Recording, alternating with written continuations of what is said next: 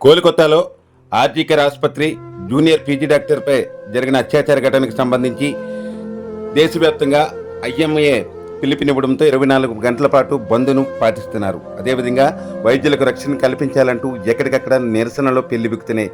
దేశవ్యాప్తంగా సంచలనం రేపిన ఘటనకు సంబంధించి తమ నిరసన ర్యాలీలు తెలియజేస్తూ స్థానిక ప్రభుత్వ కార్యాలయాలకు వినతి పత్రాలు అందజేశారు. దీనిలో భాగంగా అనకాపల్లి జిల్లా యలమంచిలి నియోజకవర్గ కేంద్రంలో వైద్యులు చేపట్టిన నిరసన కార్యక్రమానికి CITU, AP, VVP, JAC, SFI, DYFI సంఘాల ఆధ్వర్యంలో భారీ ఎత్తున విద్యార్థులు, నేతలు తమ మద్దతు తెలిపారు. ముఖ్యంగా యలమంచిలి ప్రభుత్వ ఆసుపత్రి నుండి కాంప్లెక్స్ వరకు ర్యాలీ నిర్వహించి స్థానిక తహసీల్దార్ కార్యాలయానికి వెళ్లి వినతి పత్రాన్ని అందజేశారు. ఈ సందర్భంగా వివిధ ప్రభుత్వ, ప్రైవేట్ ఆసుపత్రుల వైద్యులతో పాటు కార్మిక నేతలు, కార్యకర్తలు, పెద్ద ఎత్తున విద్యార్థులు కార్యక్రమంలో పాల్గొన్నారు.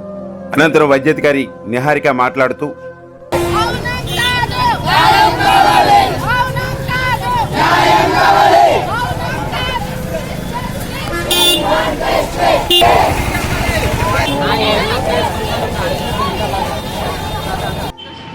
కోల్కతా ఆర్జీకేర్ మెడికల్ కాలేజ్లో ఒక సెకండ్ ఇయర్ పీజీ రెసిడెంట్ అమ్మాయిని అతి దారుణంగా రేప్ చేసి బ్రూటల్గా మర్డర్ చేశారండి.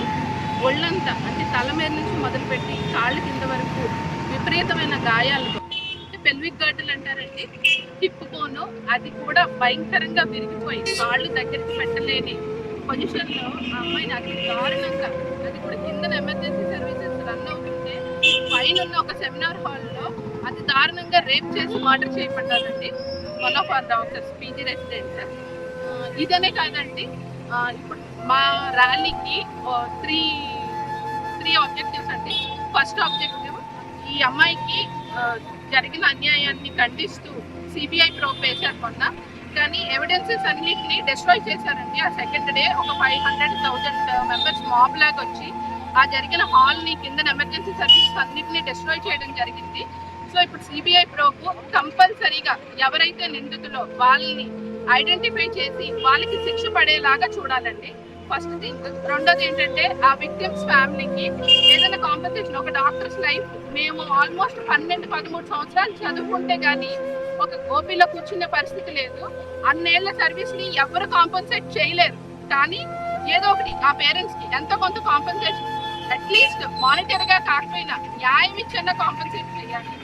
అన్నిటికన్నా ఇంపార్టెంట్ మూడోది ఏంటంటే మాకు హెల్త్ కేర్ ప్రొఫెషనల్స్ అందరికీ సెంట్రల్ ప్రొటెక్షన్ యాక్ట్లోకి మమ్మల్ని తీసుకురావాలండి.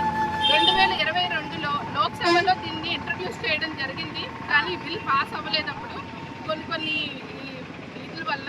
కానీ ఇప్పుడు మేమందరం ముక్త కంఠంతో, మా ఐఎంఏ వాళ్ళు మాకు పిలుపునిచ్చారు, మేమందరం ముక్త కంఠంతో మీ అందరికీ అప్పీల్ చేసుకుంటున్నది ఏంటంటే, especially all the member of parliaments and all the members of legislative assemblies, మీ అందరికీ మేము ముక్త కంఠంతో మేము విన్నపించుకుంటుంది ఏంటంటే, మా హెల్త్ కేర్ ప్రొఫెషనల్స్ అందరినీ సెంట్రల్ ప్రొటెక్షన్ యాక్ట్లోకి మమ్మల్ని తీసుకురావాలి.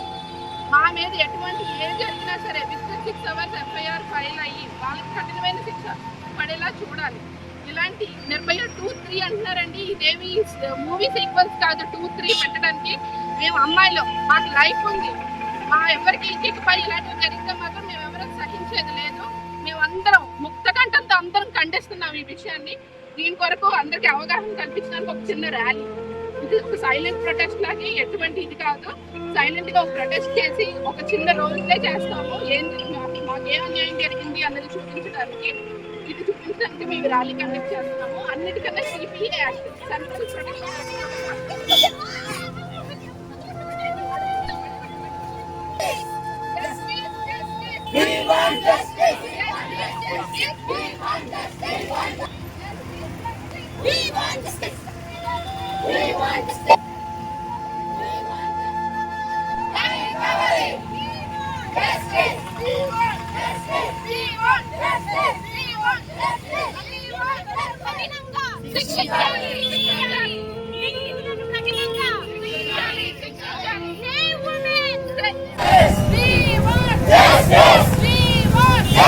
చలారి